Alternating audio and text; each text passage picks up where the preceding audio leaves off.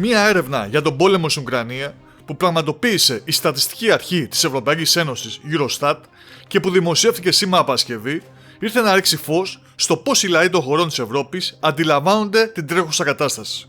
Εμείς φυσικά θα ασχοληθούμε μόνο με το τι είπαν Έλληνες και Κύπροι, που δείχνουν να έχουν αντίθετη άποψη σε αρκετά θέματα από τους πολίτες των υπόλοιπων χωρών της Ευρωπαϊκής Ένωσης. Ξεκινώντας λοιπόν να πούμε ότι σύμφωνα με τα στοιχεία της έρευνας, αυτή πραγματοποιήθηκε από τις 13 ως τις 20 Απριλίου σε δείγμα 1.000 ατόμων αναχώρα της Ευρωπαϊκής Ένωσης άνω των 15 ετών, εκτός του Λουξεμβούργου, της Κύπρου και της Μάλτας, από όπου συμμετείχαν 500 άτομα. Στη φράση λοιπόν «Οι ρωσικές αρχές είναι υπεύθυνες πρώτα και κύρια για την τρέχουσα κατάσταση», όπως μπορούμε να δούμε, στην Ελλάδα μόνο 27% απάντησαν ότι συμφωνούν, 24% ότι τείνουν να συμφωνήσουν, 23% ότι τείνουν να διαφωνήσουν και 22% ότι διαφωνούν, ενώ 4% απάντησαν ότι δεν γνωρίζουν.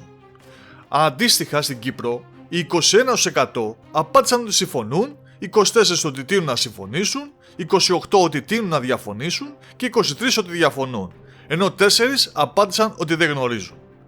Και όπως μπορείτε να δείτε, μαζί με τη Βουλγαρία, την Ουγγαρία και τη Σλοβενία, είναι από τα χαμηλότερα ποσοστά της έρευνας, το οποίο και δείχνει ότι οι Έλληνες και Κύπροι αμφιβάλλουν ότι η Ρωσία είναι η κύρια υπεύθυνη για τον πόλεμο στην Ουκρανία.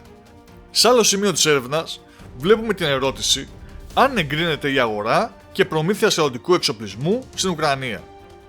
Και πάλι εδώ, Έλληνες και Κύπροι δεν ακολουθούν τους πολίτες των άλλων χωρών και μόνο 16% Έλληνες συμφωνούν, 24% τείνουν να συμφωνήσουν, 19% τείνουν να διαφωνήσουν και 38% διαφωνούν, ενώ 3% απάντησαν ότι δεν γνωρίζουν. Στην Κύπρο, 13% συμφωνούν, 18% τείνουν να συμφωνήσουν, 24% τείνουν να διαφωνήσουν, 40% διαφωνούν, ενώ 5% απάντησαν ότι δεν γνωρίζουν.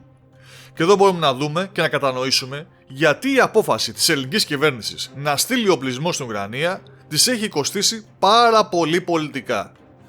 Τέλος, θα δούμε μαζί ότι οι Έλληνες και Κύπροι, παρόλο που έχουν διαφορετική άποψη σε αρκετά θέματα για τον πόλεμο και την Ευρωπαϊκή Ένωση, συμπονούν φυσικά τους Ουκρανούς που υποφέρουν, σε θετικό συνολικό πρόσημο 83% και αντίστοιχα 82%. Είναι άραγε οι Έλληνες και οι Κύπροι πιο ενημερωμένοι, λιγότερο ενημερωμένοι, δεν τρώνε τη δυτική προπαγάνδα ή μήπως είναι επιρρεπείς στη ρωσική προπαγάνδα? Γράψτε μας στα σχόλια τη γνώμη σας και για όσους θέλουν να δούνε όλη τη στατιστική έρευνα, κάτω στο πλαίσιο πληροφοριών θα επισυνάψουμε το link ως πηγή.